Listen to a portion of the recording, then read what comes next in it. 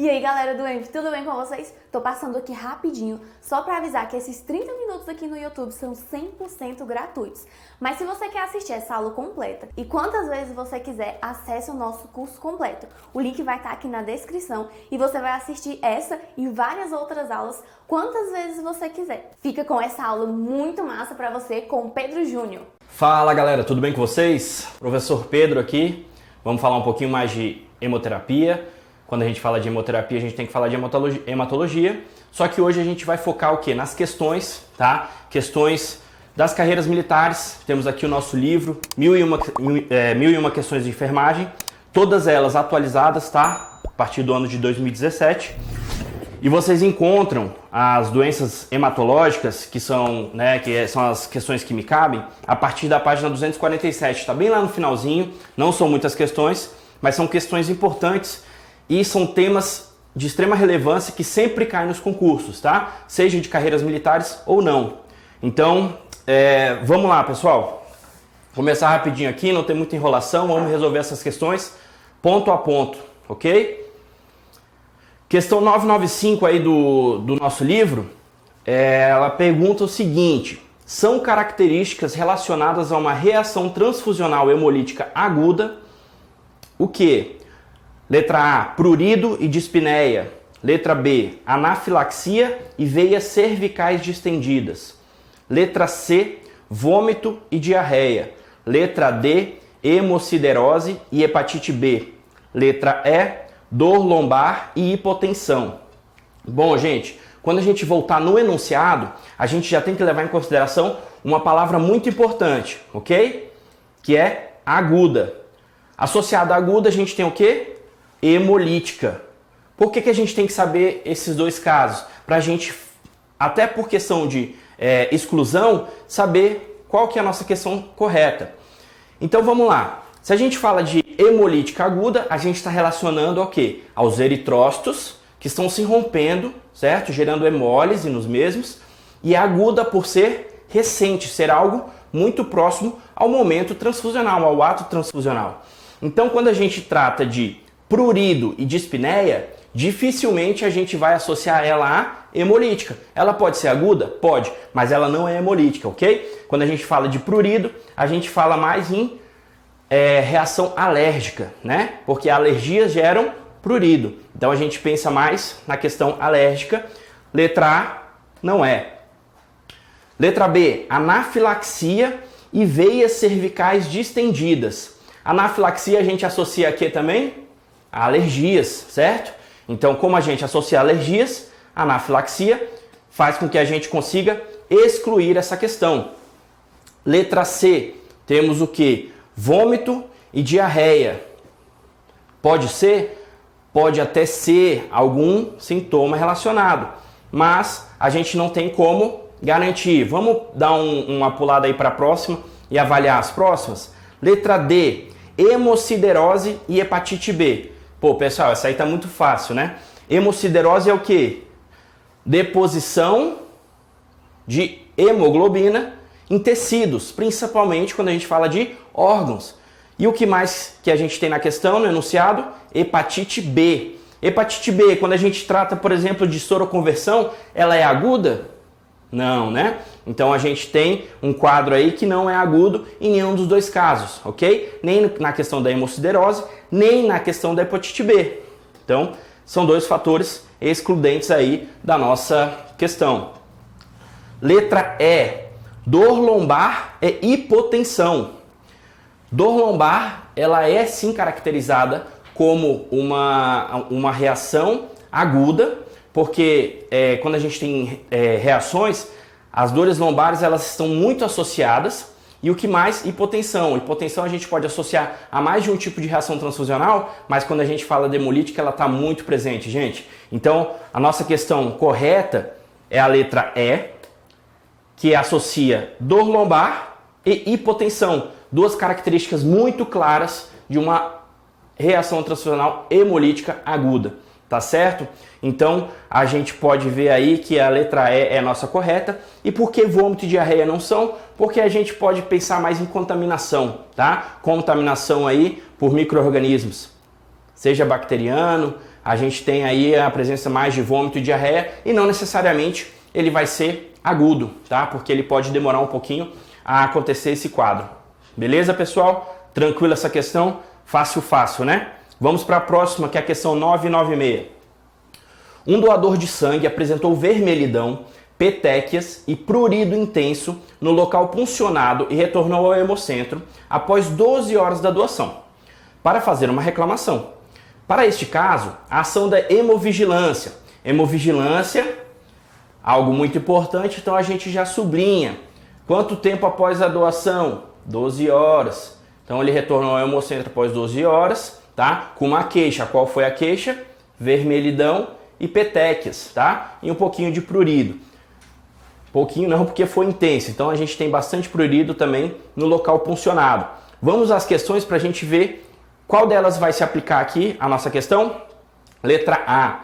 Aplica-se apenas se o doador não assinou o termo de consentimento de doação livre esclarecido com informações sobre riscos do processo de doação. Essa aí de jeito nenhum, né, pessoal? Porque a gente não pode aplicar isso só aos doadores que assinam o termo, porque todos os nossos doadores vão ter que estar de acordo com aquela doação, certo? Então, se eles estão de acordo, todos eles têm um acordo livre esclarecido aí de que a doação de sangue é de livre e espontânea vontade, altruísta, né? Todas aquelas características que a gente fala com relação à legislação de doação de sangue. Quando a gente fala de doação de sangue, a gente fala de legislação. Na legislação a gente tem todos esses parâmetros. Então a letra A a gente já sabe que não é. Letra B a gente tem o quê? Não deve ser aplicada, uma vez que os sinais clínicos apareceram depois de 6 horas após a doação e, portanto, não houve efeitos adversos. Extremamente errada, né, pessoal? Porque não é porque passaram-se 6 horas e depois que apareceu. O motivo, é claro, foi a doação de sangue. E o que aconteceu foi um extravasamento, de repente, um hematoma, né? O que gerou depois uma vermelhidão, petequias, um prurido, de repente uma falta de cuidado, uma contaminação. A gente não sabe o que aconteceu. Mas não é porque em 6 horas, né, não teve nenhuma apresentação e depois de 6 horas ele retornou lá, que a gente não vai fazer notificação nenhuma, ok? Letra C, não se aplica, pois a notificação de possíveis efeitos adversos é restrito ao receptor de sangue e hemoderivados e não abrange o doador. Totalmente errado também, pessoal. Quando a gente fala de legislação e de ciclo de sangue, ele vem desde a captação de doadores, passando por pré-triagem, triagem, doação, sorologia, distribuição, né, processamento e distribuição do sangue, transfusão desse sangue. Então todo esse processo está dentro da legislação. Então desde a captação até o momento da doação do receptor, a gente está abrangendo aí na legislação. Então ele abrange tanto o doador quanto o receptor, nosso paciente final, e todas as etapas aí intermediárias. Letra D. Não se aplica e o doador deve aguardar 24 horas para verificar se o quadro clínico regride. Errado também, pessoal. Porque se um doador chegou de livre e espontânea vontade para doar, retornou 12 horas depois com a queixa, né, relacionada ao ato da doação, o hemocentro tem que notificar. Não é porque ele tem que aguardar mais 24 horas para ver se vai sair. Aquele hematoma não vai sair. A gente sabe que pode ter acontecido uma contaminação, como eu falei agora há pouco. Então, como a gente sabe que pode ter acontecido a contaminação, a gente tem que fazer a hemovigilância. A gente tem que identificar onde está o erro, tá? Então a gente não está pensando só na saúde do doador, mas sim daquele sangue que foi coletado antes de ser distribuído. Por quê? Se houve contaminação, será que a bolsa também não está contaminada? Temos que fazer hemovigilância sim. E não só esperar 24 horas para ver se o quadro clínico do paciente vai regredir. Até porque a partir daquele momento está em regressão, certo? Porque o organismo dele já está trabalhando nesse sentido. E finalmente a letra E, que fala o quê? Deve ser feita por notificação à Agência Nacional de Vigilância Sanitária, a Anvisa, sobre possível ocorrência efeito adverso ocorrido. Então essa é a nossa questão correta, certo? Vamos ver se é ela mesma? É ela mesma. Porque todo e qualquer processo que passa pelo ciclo do sangue, como eu já comentei, deve ser notificado. Então a Anvisa recebe essa notificação e abre, né, um processo para verificação de identificação de onde aconteceu essa fatalidade, esse erro. Se a gente teve contaminação ou não teve, se a contaminação de repente foi pós, a aplicação, porque o paciente, o doador, não cuidou da região puncionada. Então a gente tem que avaliar todos esses processos para ver onde a gente encontra esse erro, tá? Se é um erro técnico, se é um erro mecânico, se é um erro de coleta, se o material não estava totalmente estéril. Então tudo isso tem que passar, tá, rigorosamente pela avaliação e hemovigilância. Vamos para a próxima questão, 997. O que ela fala? No transplante halogênico, as células doadoras têm origem em um doador diferente do paciente. Em relação ao transplante de medula óssea halogênico, envolvendo quimioterapia em alta dose, marque a opção que apresenta um efeito colateral crônico. O que a gente tem que levar em consideração nessa questão, nesse enunciado? Primeiro, que o transplante é halogênico. Então, de fato, as células doadoras que vêm do doador é uma origem diferente do paciente. Então, a gente primeiro tem que identificar essa compatibilidade para coletar do doador e infundir essa medula óssea aí no nosso paciente, que vai ser o receptor. Em relação ao transplante de medula óssea halogênico envolvendo quimioterapia em alta dose. Então, a gente pensa, sublinha aqui também, quimioterapia em alta dose. Marque a opção que apresenta um efeito colateral crônico. Efeito colateral o quê? Crônico. Prestem atenção nesse enunciado, tá? Já marcamos aí o que deveria ser marcado. Vamos analisar aí as questões que a gente tem. Alopécia. Alopécia é um problema, é um efeito colateral que é crônico? Não. É um efeito colateral agudo e passageiro, tá? Ele não se instaura no paciente por conta disso. Estomatite grave. Estomatite grave acontece muito por questão do próprio transplante, tá? Da quimioterapia, tudo que pode sensibilizar o paciente. Então ele não é crônico porque ele entra em remissão, tá? E cura após, por exemplo, a perda da medula, diminuição de quimioterapia, certo? Náuseas? Também não, né, pessoal? As náuseas elas só vão se estabelecer aí no período do tratamento do paciente, tá? Pré-transplante, quando ele está em medicação, pós-transplante, até inclusive durante o transplante, tá? Mas a partir do momento da perda da medula e restabelecimento, povoação da medula óssea e restabelecimento da saúde geral do paciente, as náuseas elas interrompem. Esterilidade, pode ser, certo? Porque esterilidade é algo crônico. Então a gente pode desconfiar dessa questão? Com certeza. Provavelmente a letra E, provavelmente. Mas ainda a gente tem uma outra opção, que é a letra E. Letra E é o que? Diarreia.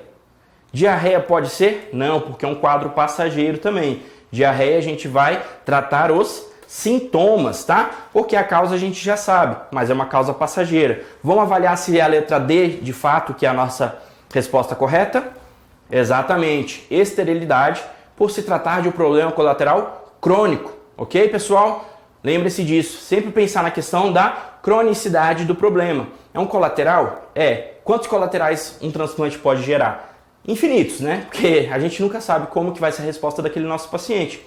Então a gente tem que pensar nesse fator crônico. É crônico ou agudo? Avaliando aqui tudo que a gente avaliou no nosso enunciado nas questões, a gente sabe que quase todos eles são agudos e passageiros. Então a gente sabe que só a esterilidade aqui se classifica como crônico. Vamos para a questão 998. Nessa questão, gente, a gente tem que prestar bastante atenção que eu vou mostrar para vocês uma questão específica aqui, tá? Segundo Branner e Sudart, de 2011, a anemia é uma condição em que a concentração de hemoglobina é inferior à normal. Tudo certo até aqui. Que tipo de anemia é causada pela deficiência de B12 ou ácido fólico? Por que eu comentei que tinha umas questões que a gente tem que levar em consideração? Alguns autores defendem que essa anemia aí, ela é só deficiência de ácido fólico, tá? Enquanto outros avaliam que a deficiência de B12 ou ácido fólico podem ser causadores, tá? Porque se for só B12 a gente tem um tipo de anemia, se for só ácido fólico a gente poderia, de acordo com alguns autores, tem um outro tipo de anemia, né? Outra classificação. Agora, ácido fólico ou deficiências B12, a gente tem que avaliar, porque ela pode ter uma nomenclatura diferente, mas vamos pelo certo, pelo que a literatura em geral defende, tá certo? Letra A. O que diz a letra A? Anemia aplásica. Anemia aplásica é causada pela deficiência de B12 e ácido fólico? Não, de jeito nenhum. A aplásica a gente tem como tratamento o quê? Reposição de B12 e ácido fólico? De jeito nenhum. A gente tem o quê? Transplante de medula óssea, por exemplo. Por quê? Porque é um problema do paciente na produção, né? É um problema aí da medula óssea. Anemia ferropriva. Essa é muito fácil porque o enunciado fala que ela é ferropriva. Ela é privada de ferro, ela não tem ferro. Ou seja, falta naquele organismo ferro. Então ela é por deficiência de B12 ou ácido fólico? Também não. Então a letra B já está descartada. Síndrome mielodisplásica. Pode ser? E aí, pessoal? Também não, né? Porque é uma situação não é uma questão de deficiência, né? Não é uma falta de nutrientes, ok? Anemia falciforme. Também não, porque isso é uma questão de defeito na produção. Anemia falciforme gera o que pra gente? Aquelas hemácias em formato de foice, né? Que tem uma dificuldade em transporte de oxigênios e nutrientes. Então ela também não vai ser. Nos sobrou aí anemia megaloblástica. É ela mesmo, será? É ela mesmo. Por quê? Só para confirmar, porque quando a gente tem deficiência de B12 ou ácido fólico, a gente tem um aumento exacerbado nas nossas células, tanto dos eritrócitos como de leucócitos envolvidos na produção, tá? Na hematopoiese. Então a gente tem esse conhecimento que megaloblástico a gente sempre leva em consideração as nomenclaturas, né? Como eu falei da ferropriva, como eu falei da aplásica, tá? A megaloblástica é porque ela está ela está com tamanho aumentado das nossas células. Ok, pessoal? Entendido? Tranquilo essa questão, né? Aqui a gente tem outro problema nessa questãozinha, gente. Que outro problema é esse? No início do enunciado ele já fala assim pra gente, ó. A transfusão de hemoderivados pode resultar em efeitos adversos categorizados como reações agudas e tardias. Gente, prestem atenção.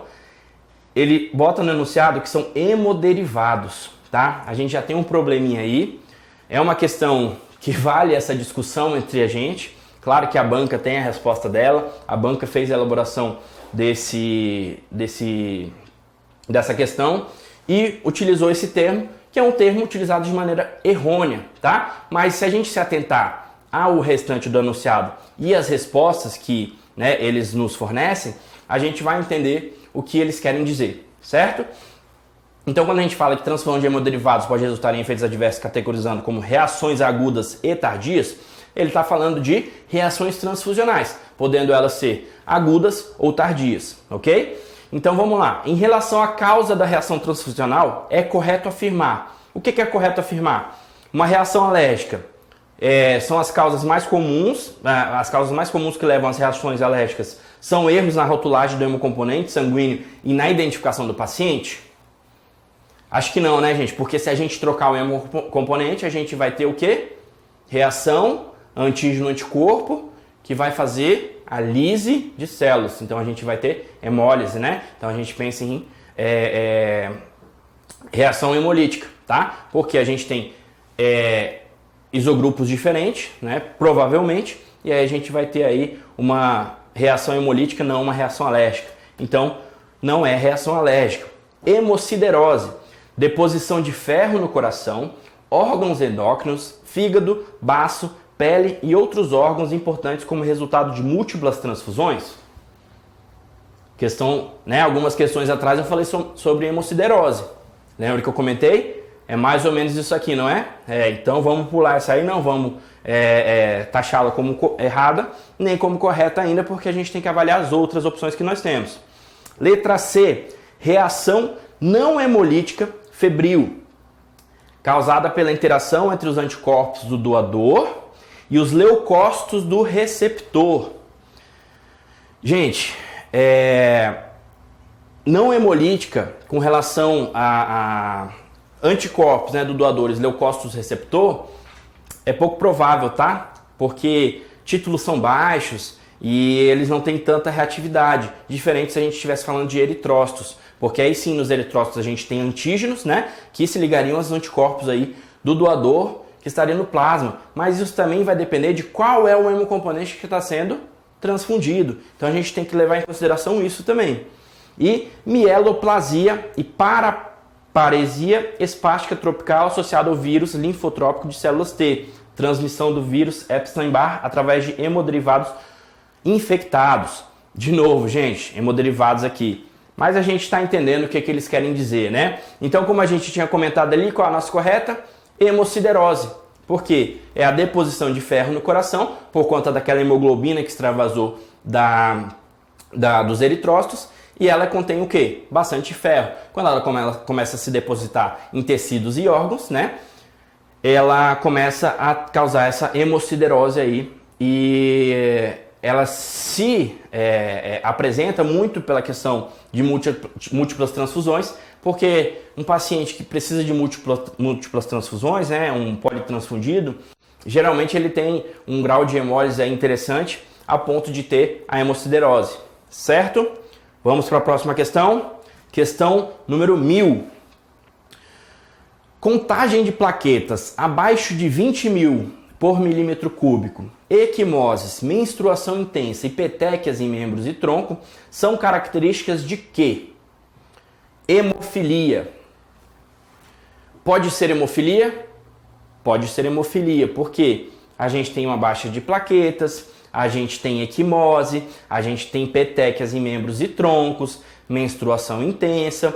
Então tudo relacionado a o que pode ser uma hemofilia. Vai ser hemofilia? Não sei, vamos avaliar as outras alternativas. Letra B, anemia ferropriva. Falta de ferro está ligado diretamente a eritrócitos. Então não tem nada a ver com plaquetas, com sangramento, com petequias, ok? Então ferropriva não é. Trombose venosa profunda. Nossa, gente, nada a ver, né? Porque a trombose venosa profunda não vai ter esse consumo de plaquetas para baixar nossas plaquetas e todos esses outros colaterais. Púrpura trombocitopênica idiopática. E aí, pessoal, pode ser? Pode ser também, né? Porque aí a gente tem a apresentação dessas petequias, tem a questão da menstruação, que a hemofilia tem uma questão aí, mais ou menos, botando em dúvida esse nosso resultado. E o que que é? Exatamente a nossa púrpura trombocitopênica idiopática, tá certo? Porque a hemofilia, ela quase se caracteriza, ela chega muito próximo do descrito no enunciado. E essa é a pegadinha que vocês têm que prestar atenção, tá? Então essa questão da menstruação intensa, ele não vai estar muito relacionado não, tá? Mas agora, petequias em membros e troncos pode ser, e plaquetas baixas também. Por quê? Porque pacientes hemofílicos têm plaquetas baixas, têm distúrbios de coagulação. Vamos para a última questão aí do nosso livro, que é a questão número 1001. Indivíduos hemofílicos, tá vendo que eles batem bastante nessa tecla dos hemofílicos, né, pessoal? Vamos prestar bastante atenção neles aí, para estudar e entender bastante essa situação, né, essa patologia, para a gente estar gabaritando todas as questões relacionadas à hemofilia. Indivíduos hemofílicos não devem receber medicamentos como vitamina B12. E aí? Eu vou passar todas essas aqui agora sem começar a exclusão, tá? Então, letra A, vitamina B12. O que vocês acham? Sei que no seu inconsciente e no subconsciente você já está respondendo isso aí. Vitamina K, AS e heparina, vitamina C e antitrombóticos, vitamina D. Vamos passo a passo aqui. Vitamina B12, ela é contraindicada para pacientes hemofílicos? De forma alguma. Vitamina B12. E aí eu já vou mais adiante. Vitamina K, vitamina D e vitamina C estão diretamente relacionados à hematopoiese. Então eles são necessários para formação, tá, das células do sangue. Então a gente tem vitamina B12 e vitamina K diretamente relacionado à produção de eritrócitos, certo? No processo da formação deles. E a gente tem vitamina C e vitamina D diretamente relacionado aos fatores de coagulação a plaquetas e a cascata de coagulação, tá? Principalmente a vitamina C e a vitamina D na questão de recrutamento de cálcio, tá? E a gente tem aí o antitrombótico, que é muito interessante, por quê? Porque ele vai de encontro à necessidade do nosso paciente, certo? O que é isso, o antitrombótico? É um medicamento, né? É um ativo, é algo que vai auxiliar na coagulação do nosso paciente. Se ele tem problema de coagulação, é interessante que ele use. Agora, olha a nossa letra C. O que ela faz? O oposto, né, gente? Ela impede essa cascata de coagulação. Ela ativa os inibidores da cascata de coagulação, fazendo com que o paciente não consiga mobilizar, tá, essa cascata e ativar o processo de coagulação, a rede de fibrina e plaquetas. Então a gente contraindica AS e heparina para pacientes hemofílicos, porque se ele já tem dificuldade no estancamento do sangramento, se ele já tem dificuldade de coagulação, a gente vai dificultar ainda mais com o medicamento? De forma alguma. Então eles não podem utilizar aí AS, heparina e outros medicamentos nesse sentido, e essa aí é a nessa opção correta. Certo, pessoal? Finalizamos aqui as nossas questões. Infelizmente, apesar da importância do nosso tema, são poucas questões que a gente tem atualizadas, porque assim como a gente vê questões de 2017 para agora desatualizado com relação a nomenclaturas, a gente vai continuar vendo, só que a gente tem que se ater aí aos enunciados e à necessidade que eles cobram da gente saber, tá? De hemoterapia, incluindo aí a hematologia e as doenças hematológicas. Beleza, pessoal? Até a próxima.